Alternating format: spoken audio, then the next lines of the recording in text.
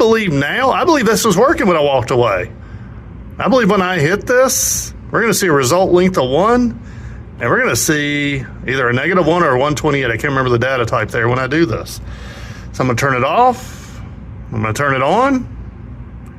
Oh, nope, I got it, and I got 255. This thing was working perfectly fine yesterday, and the issue was I was looking for a 0.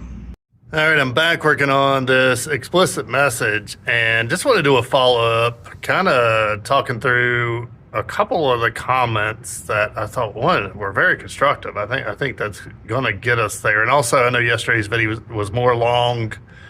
We were a long ways into it before we actually got to the issue that I was having trying to convert a Studio 5000 message to an explicit message. So I'm going to assume that some of you didn't watch the video near to that point before you actually commented.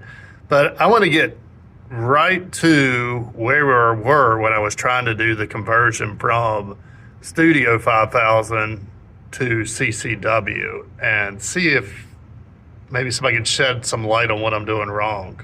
And in that, we had roughly gotten to, I'm doing a test message. These will become important in a second, but then we're firing this SIP generic message here. So I hit my little ... on it. And our service code's 4B, our class is 67, instance 1, attribute 1. And all that comes from pretty much right here on this read ISDU request. 67 for the class, 1 for the instance. I'm going to be attribute of 1 mainly because my port number that I'm plugged into an IO link is 1. And then 4B is going to be read ISDU. Now after that, here are byte 0, 1, and 2 in our that we need to tell it what index and subindex there is. And so that is this ISDU control. Now I'm going to get back to where we were. I believe that means for this read, the source length needs to be 3.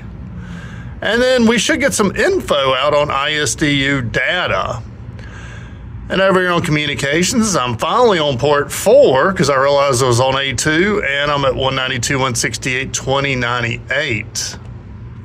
That should be it. Now, I'm not sure that I'm trying to do exactly the same steps I did on both of them, but this needs to be 67 in the end, but I believe I got a response with it at 0. Now, maybe the next question is should have. Now, before I do that, I'm going to go to my controller tags and just show you all of our tags in the ISDU control and in the ISDU data are all at 0. So I'll go over here and we're going to toggle test message and we're going to get a happy done right away this time. That way y'all don't have to watch me miserably trudge through trying to figure out what's wrong.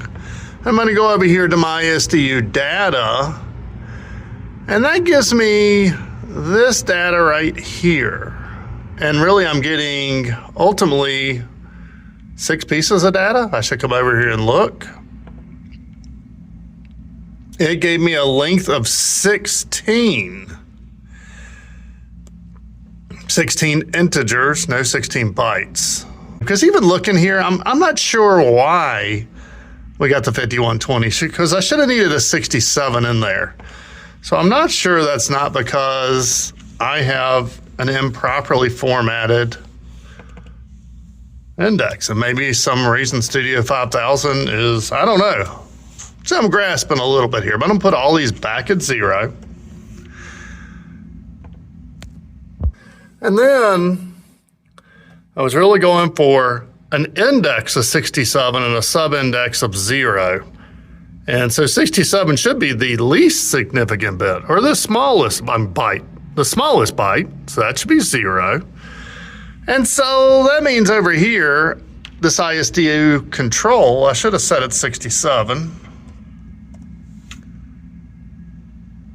And this time, if we do our test message, we should still get a nice little happy done over here. And we do get the happy done. And I go to my controller tags this time. And I got nothing. Well, Why did I get nothing? This is really what I probably needed to nail down, is that piece.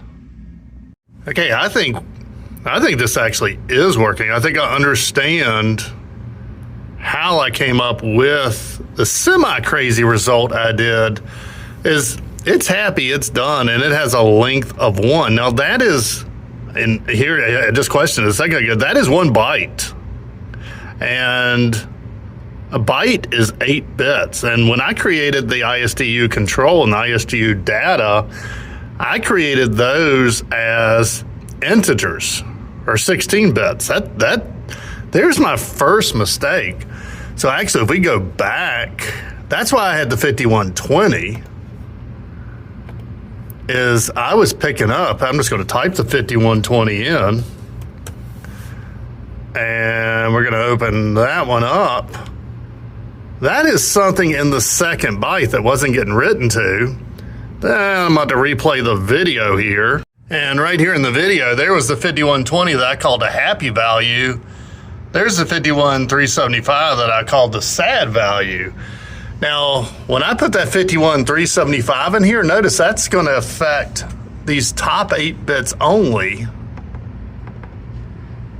51375. Whoops. I'm trying to drive through my phone. I can't do that. Try again. Actually, I said it right. I just put the wrong number in. 5375. And in yesterday, okay, notice that puts a 1 in all 8 bits. And anybody that actually watched the video that far yesterday even questioned it, because I was like, I'll figure it out when I get there.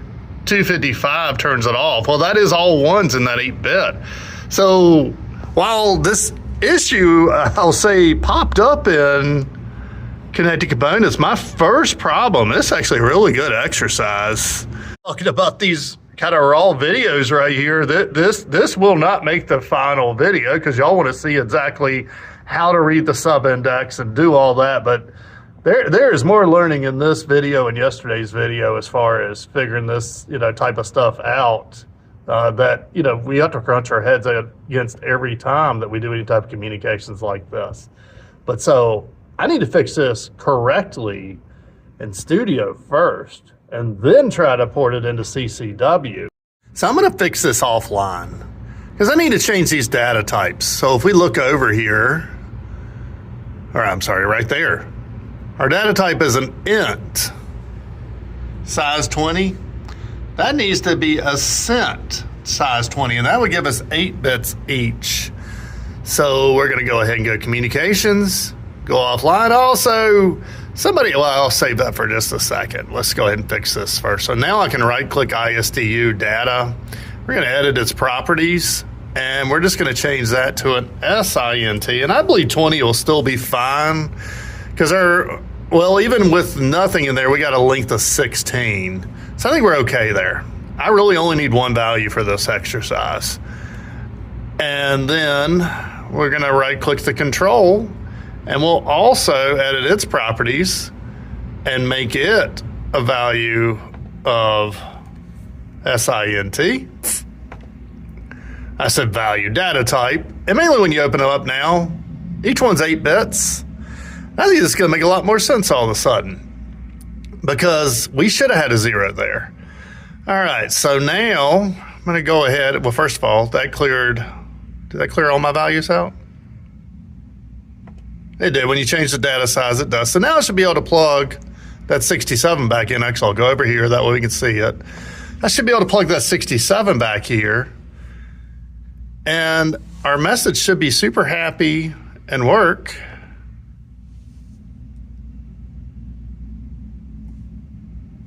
All right, Amy, I got hundreds of hours. No green bars. Forget to go online. Forget to turn the machine back on. Yeah, oops, let me turn that off before I do. But yeah, I had to go offline to change that data type. Now I need to download it. Now somebody asked yesterday, why don't you just go communications who active download it? 100%, I always do communications who active. And there's some important reasons. One, just from here, I'm in the training center. There's 15 of this same PLC just in reach of me. But think out to your plant. How many of them do you have out there that you could accidentally download to? Especially on the download, I 100% always do communications to active because, yeah, it only takes one time. And yes, I am one of those that did it that one time. I downloaded to the wrong line. And all of a sudden I had about 100 folks sitting there staring at me. And really, by the time we got that line back going, it had been about 2 hours. So that was 200 hours of downtime just because I didn't go communication to active. All right, so now I can click the yes on that. Got 67. And I toggle my bit. I'm happy here, but I'm actually going to get a value of 0 in data 0. And also, is data 0 the only one I need to worry about? Well, if I hit here, my done length was 1. That tells me it only replied with one piece of data. So now we're going to go back to, do I have it open now? I don't have it open now. We're going to go back to that web page. I'm going to put 192, 168, 2098 in. And I'll go ahead and log in.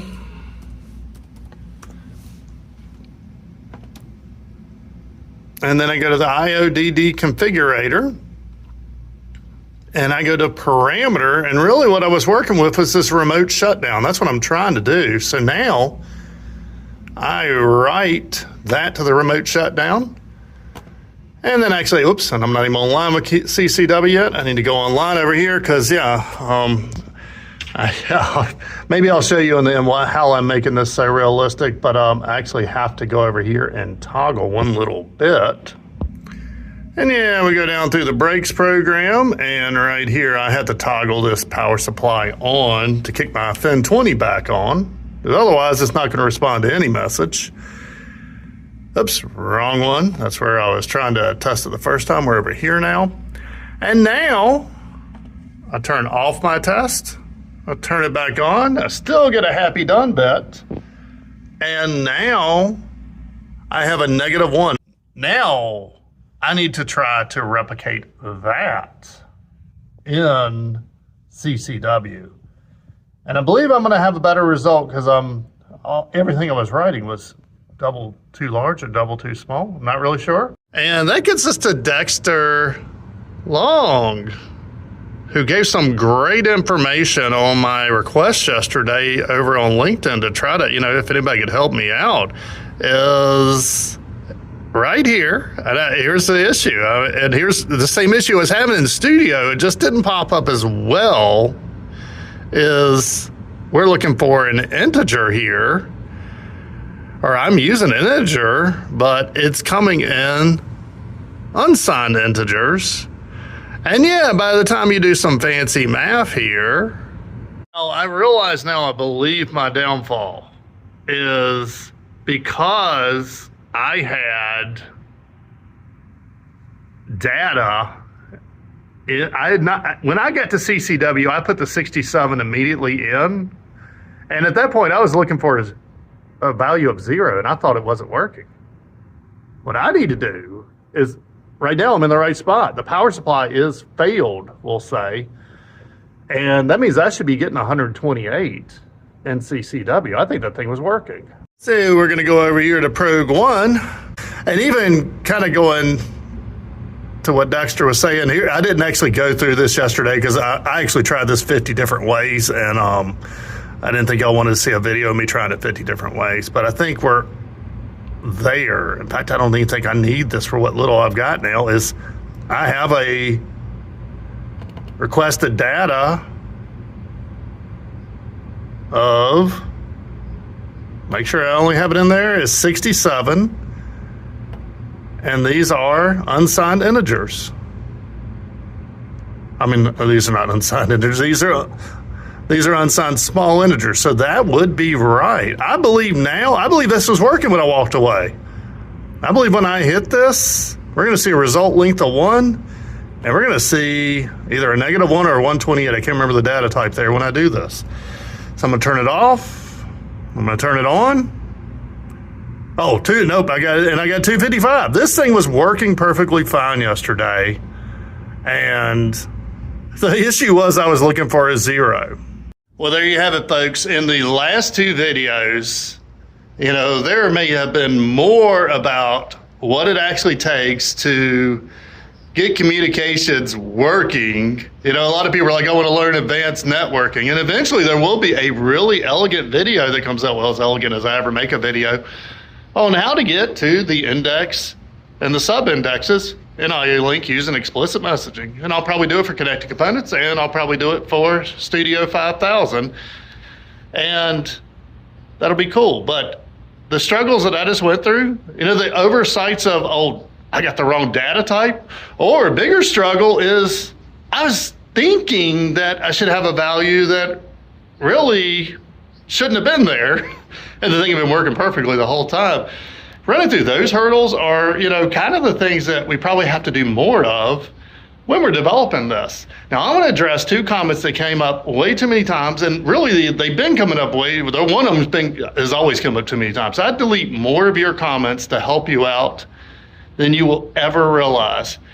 Because I put out yesterday, success in Studio 5000, failure in Connecting Components Workbench, and ask for your help. And immediately a lot of you are like, yeah, it never works, and it's always a pain in the rear, and I don't know how they did, how they can't make this software work. Folks, the software was working perfectly fine. This was all on me, that I didn't know what I was looking for. And what I want y'all to think about is when you make these comments where you're really just venting, you realize manufacturers do watch these comments. That does not help me get help. And that does not help you get help. And it does not help our industry grow. The other thing I want to address is a lot of you on yesterday's question were like, switch to Factory Talk Design Workbench. And on every one, I'm like, okay, how does switching to Factory Talk Design Workbench solve our problem that we have today? And yeah, you were all crickets on that. So I do want to continue to address it because I have been evaluating it, and I've done a couple videos on it. The first one was a little rocky, and actually, no pun intended, speaking of which, Rockwell came back and said, hey, Tim, here's what you did wrong in that video. I'm like, oh my. So I did a second video showing how I should have done it. And, it is looking like a promising software. Now, should we switch to it today? And first of all, let's think to our plant, because really, even this training center is meant to simulate a plant. And yeah, it's a pig pen right now because it is an off week and we drag everything out on the off week because usually we're making improvements to it. But this is really, we'll call it the central, main piece of our production, the main piece of our training.